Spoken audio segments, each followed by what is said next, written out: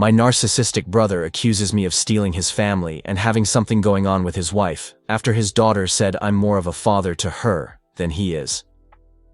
To give some context, I have a brother who has always been complicated. We never had a traditional sibling relationship, but not because of any one specific thing. It was due to millions of small things.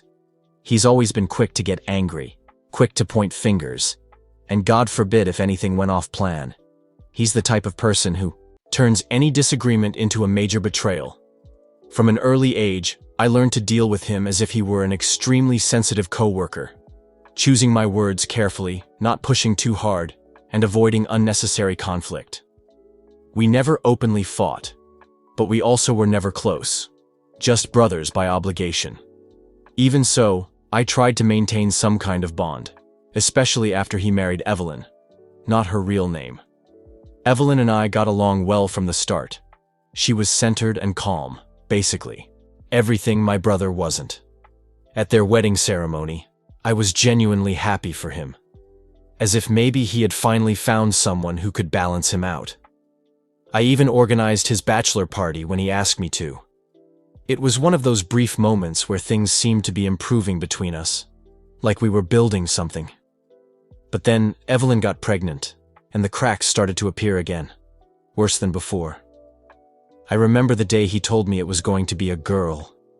It was as if someone had died. I'm not exaggerating. He started complaining about how girls are a problem and how he was already worried about her teenage years. I tried to tell him he was being ridiculous, but he wasn't joking. You could see it on his face that this wasn't nervousness. It was resentment. And it only got worse after the baby was born. I'll never forget that moment. I was at the hospital with my parents, cousins, and Evelyn's family. I arrived about 30 minutes after the birth. Instead of celebrating, I saw my brother storming out of the delivery room, his face red with anger. Later, he called me while driving home, completely venting about how he couldn't handle it. I told him to stop acting like an idiot and to be thankful that his daughter was healthy. He hung up on me. That's when I realized he had no idea what he was dealing with. In the following years, everything deteriorated even further. Their marriage began to crumble. There were constant fights, which I only heard about through Evelyn. My brother rarely talked to me unless he wanted to complain about how hard his life was. I kept my distance, but as his daughter, who I'll call Eli, grew old enough to talk and interact, Evelyn started depending on me more in emergencies, especially as an improvised babysitter whenever my brother failed or they had some explosive fight. I work from home and live 25 minutes away from them, so I became the go-to person to call when things went out of control. I never minded. Eli was always easy to deal with. She has a good heart and a sarcastic sense of humor that, honestly, reminds me a lot of myself. Now she's 14, but we've built a strong bond since she was 9 or 10. I never tried to take on the role of a father. Come on, I'm just her uncle. But I've always been present for her, offering advice when she asked or simply being someone she could talk to. To be brutally honest, I don't think she ever had that with my brother. He just doesn't understand her. He doesn't even try. For a long time, he viewed fatherhood as a checklist. Provide money, show up for some events, and that's it. For him, there was no other responsibility. She used to ask me questions like, "Is it okay if I don't feel close to my dad?" Or, "Do you think he really loves me?" What are you supposed to answer to that? I did what I thought any adult would do. I was present, supported her, helped her with homework when needed, took her to school a few times when her car was having issues. I was just there, that's all. But apparently, that was too much. Last night, my brother showed up at my door unannounced. It wasn't a friendly visit. He was pounding on my door at 9:30 p.m. When I opened it, I immediately knew something was wrong. He reeked of whiskey and could barely stand straight. I asked him what the hell he was doing here. He didn't even answer. He just barged into my house and started pacing back and forth, muttering about how I had crossed the line. Finally, he blurted it out. He and Eli had a huge fight over something trivial, like her using his laptop without permission. He yelled, she yelled back, And during the argument, she supposedly said something like, "I wish my uncle was my dad." This devastated my brother. And I get it, that would hurt any father. But instead of reflecting or considering how he might have emotionally failed, he projected everything onto me. He accused me of stealing his daughter, said I was playing a long-term game to replace him. Then, out of nowhere, he accused me of having an affair with Evelyn. What? Where did that come from? I told him to get out of my house before I said something I'd regret. He froze for a moment, as if he wanted to hit me. But then he left. I haven't heard from him since. Later, Evelyn sent me a message apologizing, saying she didn't know he was coming over. Apparently, Eli is spending the weekend at a friend's house. It's total chaos. Now I'm stuck. I love my niece and have come to respect Evelyn. I always wanted to be the kind of uncle who's present, not just the uncle who shows up at parties. But now I feel like I've been painted as the villain. I don't know what to do. Should I distance myself from my brother?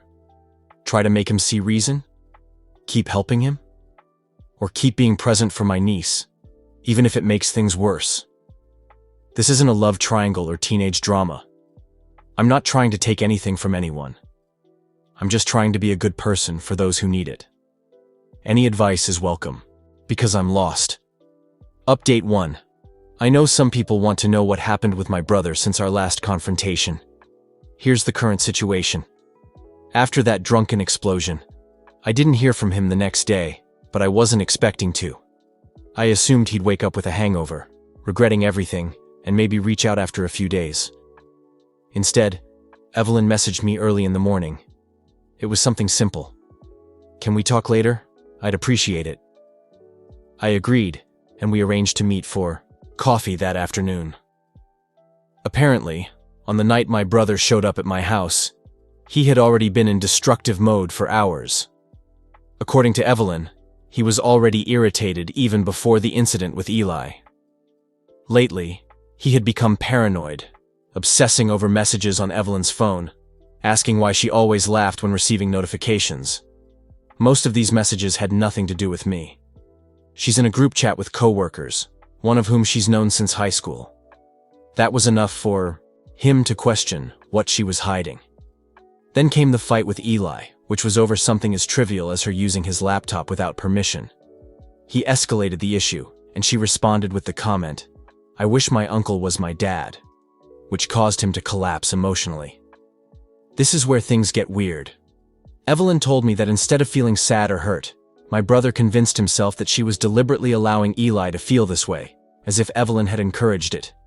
He accused her of emotionally siding with me to alienate him from his own daughter. When Evelyn tried to calm him down and remind him that I was simply present when he wasn't, he accused her of emotionally cheating on him with me over the years. I didn't even know that was a phrase people used, but apparently, in his mind, the fact that Evelyn and I get along means we're secretly building a life behind his back. Evelyn swore she never saw me that way, and I believe her. We've always treated each other in a friendly manner, but never inappropriately. Honestly, I've always seen her as part of the family and respected her for staying in such a difficult marriage with my brother. Anyway, she told me that things have reached a critical point. She's tired of this situation with my brother, tired of having to defend herself for doing basic things like raising her daughter, and tired of being accused of betrayal every time she makes eye contact with another human being. And then she said something that surprised me. "I don't know if I'm going to stay in this marriage." She described my brother as emotionally immature, deeply insecure, and unable to recognize others' needs unless they coincide with his own. The conversation ended with her asking me one thing. "Please don't change how you are with him." She said she knows her daughter needs stability and someone who listens to her, especially now that things at home are even more chaotic. I promised to continue being present, but of course, things didn't stay calm for long. That night, I received a call from my mom. For those wondering where my parents have been in all of this, it's complicated. They're still alive, married, and living in the same house where we grew up. But they've always tiptoed around my brother's behavior. He was the sensitive one, the one who took everything personally, so they preferred to coddle him while we were growing up. Some habits die hard, because the first thing my mom said was, "Can you be more understanding with your brother right now?" I asked what she meant, and she launched into a whole speech about how my brother had been calling nonstop, clearly disturbed, saying that I had been undermining his role as a father. Apparently, he told them that I manipulated his daughter into hating him. Yes, that was the phrase he used. I asked my mom if she really believed that. She didn't respond directly, which said a lot. 2 days later, I received another message from him. It was short. "Can I come to your house to get away from everything here?" I responded yes, obviously with the condition that his mother agreed. When he arrived, he seemed more reserved than usual. Eventually, he opened up a bit. He said his father continued treating her coldly, as if she had betrayed him. She was being punished, even though she hadn't done anything wrong. He was saying things to her like, "I hope your real dad approves," which is just cruel. I offered to take her for the weekend if that would help, but I'm waiting for Evelyn to confirm. I think she's trying to keep things stable until she decides whether she's really going to leave my brother. To be clear, I'm not involved in this. I'm not the white knight coming to save the day. I'm just the uncle who's been present. That's all. I'll update again if something important happens, but for now, I'm trying to keep stability for Eli's sake. Update 2. Honestly, I thought things couldn't get worse without someone ending up arrested or hospitalized, but here we are. My brother has completely lost control, and the consequences are affecting everyone. Me, Evelyn, and especially Eli. A few days after Eli stayed with me, I received a message from Evelyn saying she wanted to leave something with me. "It's something important," she wrote, "and I don't want to discuss it over text."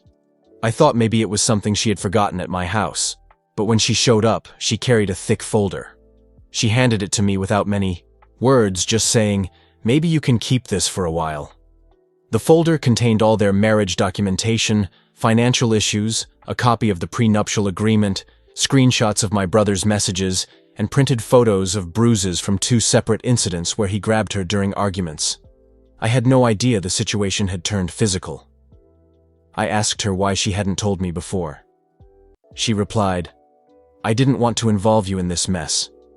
She said she had been gathering evidence for a while but hadn't presented anything because she was afraid of making things worse. However, now that he's becoming increasingly unstable, especially with Eli, she's started planning her exit. Apparently, she's been consulting a divorce lawyer in secret. She gave me the folder as a backup plan in case something suddenly happens. If he kicks her out of the house, cuts her off financially, or tries to fabricate a story first. She also told me that my brother has been trying to convince our parents to support him in a custody dispute. Despite knowing how little he's been involved in Eli's life, and despite his temper, alcoholism, violence, and obsession with blaming others, he wants full custody. All because, according to him, Evelyn and I are poisoning Eli's mind. Yes, he mentioned me in this alleged custody discussion. Evelyn said he told our mom that if she doesn't take his side, I'll turn Eli against everyone. Then came the worst part. Eli overheard her father talking on the phone with someone. Evelyn believes it was a co-worker, and he said he was going to catch them in the act to prove Evelyn and I were having an affair. He won't find anything, I'm absolutely sure of that. But that hasn't stopped my brother from turning into some cheap conspiracy theorist.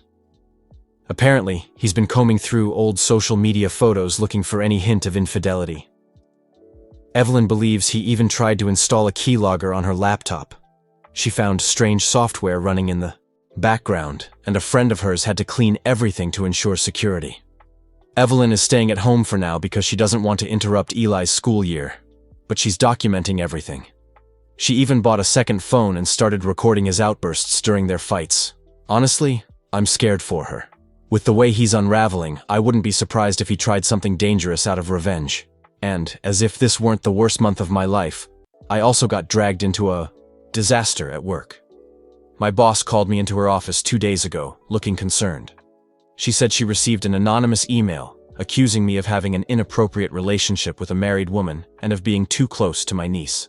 Luckily, my boss knows me and didn't believe it for a second, but she had to report it to HR to follow protocol. Fully cooperating, I explained the whole story, omitting personal details about Evelyn and Eli that weren't relevant. I showed records of messages and calls to prove I hadn't done anything remotely suspicious. They dismissed the complaint quickly, but the damage was already done. My coworkers started whispering. Someone must have heard something because rumors started circulating. I didn't ask directly, but I'd bet everything I own that the anonymous email came from my brother. I haven't spoken to him directly since the night he showed up drunk at my door, but now he's gone from making accusations to actively trying to destroy my life. He's just lost it. Anyone who makes him feel threatened becomes his enemy. As for Eli, she's not doing well. She's withdrawn at school. Evelyn says she barely eats, and when she's not at my house, she spends most of her time locked in her room. When I saw her last weekend, she barely said 10 words in the first hour. Eventually, she told me that her father tried to check her phone while she was sleeping. He said something like, "You'll see what a real father is when I fix this." Evelyn told me she plans to move discreetly by summer. She's looking for apartments in a nearby town and working with her lawyer to initiate the separation without alerting him too early. It's a delicate situation. One wrong move could cause my brother to completely lose control. My mom has stopped talking to me completely. I tried to explain that I'm not the villain making everything worse, that I'm not having an affair, and that I'm just trying to support my niece. She responded with a short message. "This is between your brother and his wife. Please stay out of it." I've been thinking a lot about what to do next. Part of me wants to just step away, cut contact with everyone except Eli.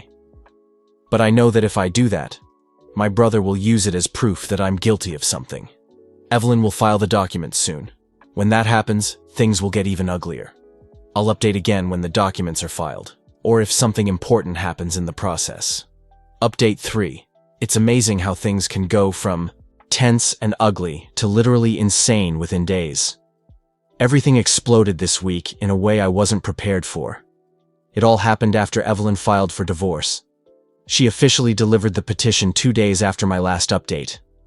Her lawyer served the papers to my brother at his workplace. She chose this scenario on purpose, a public setting with other people around, minimizing the chance of violence or an emotional outburst. Unfortunately, even so, there was a scene. He caused a big commotion in the office. I don't know the exact details, but apparently, he threw the envelope and had to be escorted out of his own workplace. HR got involved, and Evelyn told me later that he's now on some kind of probation while they investigate his conduct. He might lose his job. That same night, he showed up at my house again. This time, he was sober, but that didn't help. He stood outside screaming my name at the top of his lungs. At least this time he was just yelling. He asked if Evelyn was with me, physically in my house, and tried to force his way in to check. I stopped him. I calmly told him that nothing was going on and that he was out of control. That's when he started crying. He collapsed on the sidewalk and began sobbing, saying he had done everything right and that everyone always takes my side. I just stood there, thinking, what exactly do you think you did right? The police finally took him away. The next morning, things got even worse. Eli sent me a panicked message from school. Apparently, my brother showed up there during lunch. He didn't go inside, thank God, but waited in the parking lot and tried to talk to her as she left with her friends. She told me he was ranting about how Evelyn was manipulating her against him and said something like, "You'll regret choosing them over your own father." A teacher saw what was happening and took Eli back inside. The school called Evelyn and then the police. No charges have been filed yet, but now there's an order prohibiting him from entering the school.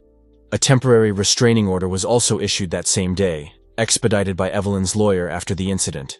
Now Eli is legally protected from any direct contact.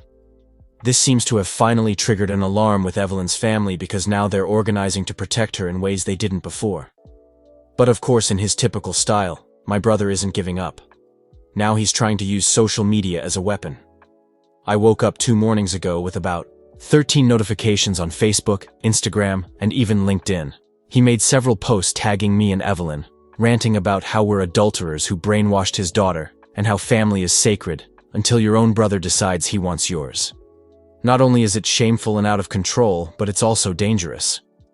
He posted pictures of Evelyn and me from family events years ago and captioned them as if they were evidence of a long-standing affair. One was from Eli's birthday party when she was 6. We were standing side by side cutting a cake, and he captioned it. This was the beginning. I reported all the posts. Obviously, Evelyn did too. Many friends did the same. Some were removed, but not all. And unfortunately, the damage was already done. Some distant relatives messaged me asking what was going on, and now we're dealing with rumors spreading throughout the extended family. Evelyn's parents called, crying, asking if any of it was true. Thankfully, they believed her, but it was still humiliating. Even my workplace found out. Someone sent screenshots to the HR director. Luckily, this time it worked in my favor since I went through an investigation a week ago and was cleared. This new attack only reinforced that someone is trying to harm me. HR's response was basically, "We're aware of the situation. Keep documenting everything. Maybe I'll need to consult a lawyer if this escalates further, but for now, they're still on my side." The final chapter of this absolute disaster was when our mom showed up at my house at night. She walked in without asking, sat down, and said she had just returned from my brother's house. According to her, he's barely eating, barely functioning, and apparently has been punching walls. She begged me to just talk to him. I asked what she thought I could possibly say that would make a difference. She just repeated, "He's your brother. He needs you." I told her that if she's worried about his well-being, she needs to help him seek therapy or support, not try to fix this by dragging me into his delusion. She left without saying goodbye. Now I'm officially the villain in both my brother's story and, apparently, my mom's. But I'm continuing to support Evelyn and Eli. We've come this far, and I'm not backing down now just because my brother can't handle the consequences. The hearing for the restraining order is next week, and I've agreed to testify if necessary. I'll update again after the hearing or if something important happens in the process. Update 4. Hello everyone. I didn't expect to return with an update so soon, but here we are. The court hearing was last Tuesday. I arrived early with Evelyn and her lawyer. Eli stayed home. Her testimony was submitted in writing since she is a minor and wasn't required to appear. The courtroom was quiet, not seeming like a place where an entire family could collapse in real time. But that's exactly what happened. My brother showed up without a lawyer. He fired the one he had originally hired, apparently because he told him truths he didn't want to hear, so he decided to represent himself. Yes, it went exactly as you imagine. He arrived disheveled, as if he hadn't shaved or slept for days. His opening statement, if we can call it that, was basically a monologue about betrayal, how everyone had turned against him, and how his daughter had been brainwashed by me and Evelyn. The judge interrupted him after 3 minutes. Evelyn's lawyer focused on the facts, documented messages, described the school incident, presented the social media posts, mentioned the episode at work, and the unauthorized nighttime visits. I was briefly called to the witness stand to confirm some events, but it wasn't dramatic, just straightforward answers to direct questions. Then came the moment that truly broke something inside me, when the judge read aloud Eli's letter.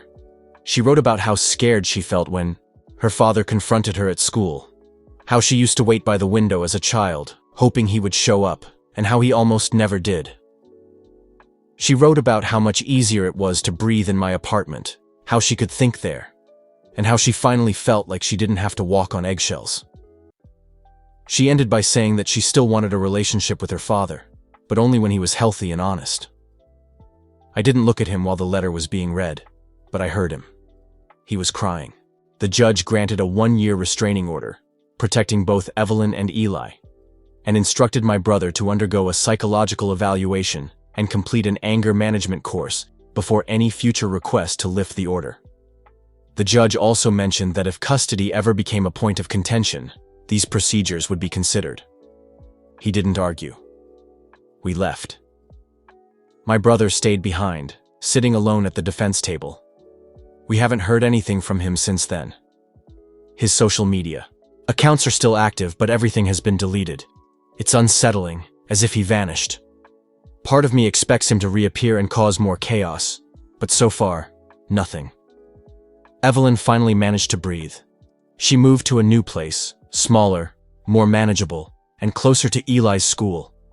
She continues going to therapy and started documenting everything as part of her preparation for the divorce process. She also began working part-time again. Eli seems lighter. Of course, there's still trauma. She's only 14, but I see the difference. She even asked me to help her apply for a summer leadership program she's excited about.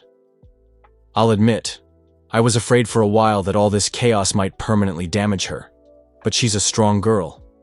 I think she's going to be okay. As for me, I made difficult decisions. I decided to cut off contact completely, not with Evelyn and Eli, whom I remain available for, but with the idea of fixing things with my brother. There's no way to repair this. I lost years trying to be the peacemaker, the one who smoothed everything over, the one who held the pieces together after every tantrum and collapse. I did it out of obligation and guilt, but I won't do it anymore. I blocked him from everything. I told my mother, who still believes this is just a bad chapter, that I won't participate in any family event where he is present. Update 5. Things have been calm for Evelyn and Eli, at least regarding my brother. There's been no more torment from him. In recent months, the divorce was finalized, and as expected, Evelyn received full custody of Eli. Eli also decided not to see my brother, her father, for a while. The divorce wasn't easy, considering my brother is an unstable person, but at least it's over, and they can lead a much quieter life. In the meantime, I started dating someone, and she gets along well with Eli. I've gone from being the fun uncle to being the boring one because, obviously, I'm not a girl, but I'm fine with that. I'm not jealous of my girlfriend, and I think it's positive that Eli is making friends. As long as she and Evelyn are happy, it's okay with me. My brother is a completely different case. He's not happy at all. Besides the divorce and losing full custody, he also lost his job. It wasn't just because of his behavior on the day he received the papers, but because he became erratic recently. My mother couldn't get him the help he needed. Honestly, I'm glad he lost his job. He deserves to learn that messing with someone else's job is serious, especially when that person hasn't done anything against him. Maybe now he'll realize you don't play around with those kinds of things. To complicate his life even further, he also alienated our parents. He showed up at their house completely drunk and accused them of siding with Evelyn since they visit their granddaughter. My father tried to kick him out, though my mother wanted to give him coffee to calm him down. My brother accused my father of being interested in Evelyn because everyone seemed concerned about her. My father responded that they weren't only concerned about Evelyn, but about everyone, including him. However, he made it clear that my brother only destroys his own life and those around him. That's what my brother has been like lately. Update 6.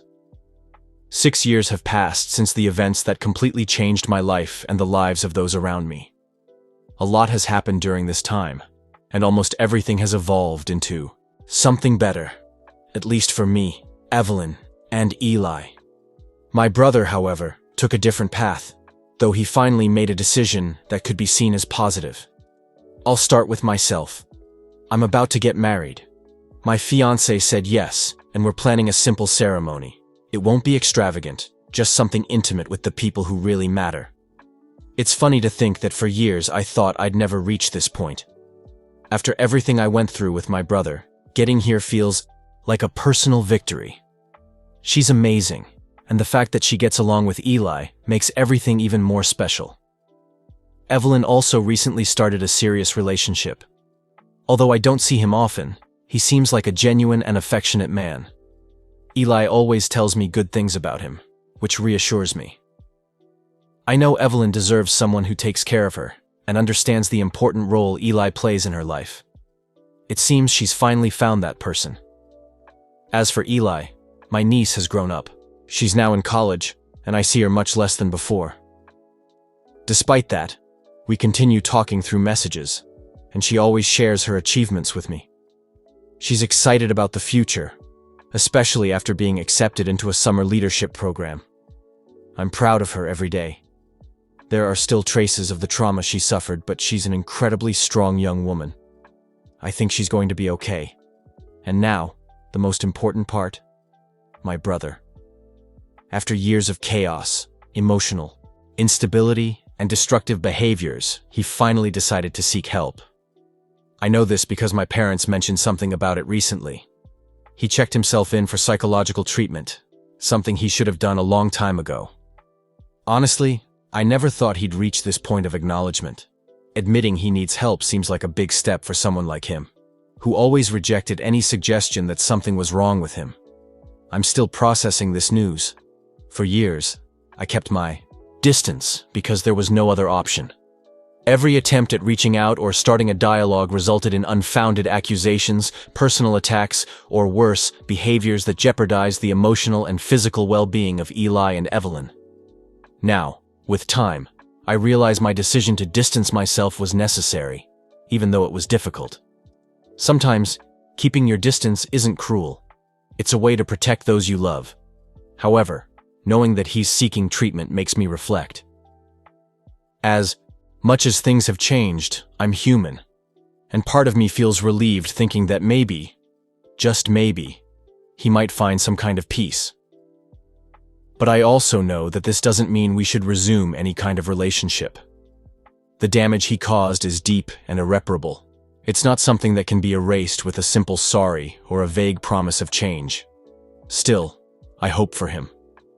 I hope the treatment works, that he finds a way to deal with his inner demons, and who knows, maybe one day he can rebuild something good in his life. As for Evelyn and Eli, they're happy. That's the only thing that truly matters to me.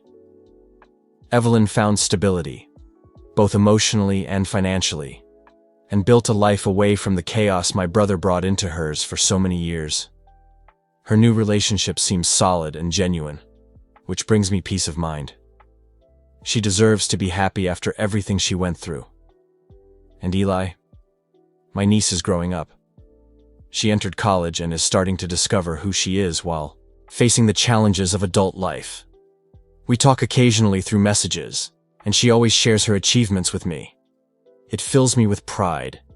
Even from afar, I know I made a difference in her life, and that's enough for me. My own life has taken new directions too. I'm about to get married, and this is a new phase I could hardly imagine during the darkest moments of this story. My fiancée is incredible, and the fact that she gets along with Eli makes everything even better. Of course, sometimes I think about what could have been different if my brother had acted differently, but I've learned to let those thoughts go. What happened, happened. I can't change the past, but I can move forward and ensure the people I love are safe and happy. Lastly, my relationship with my parents remains complicated.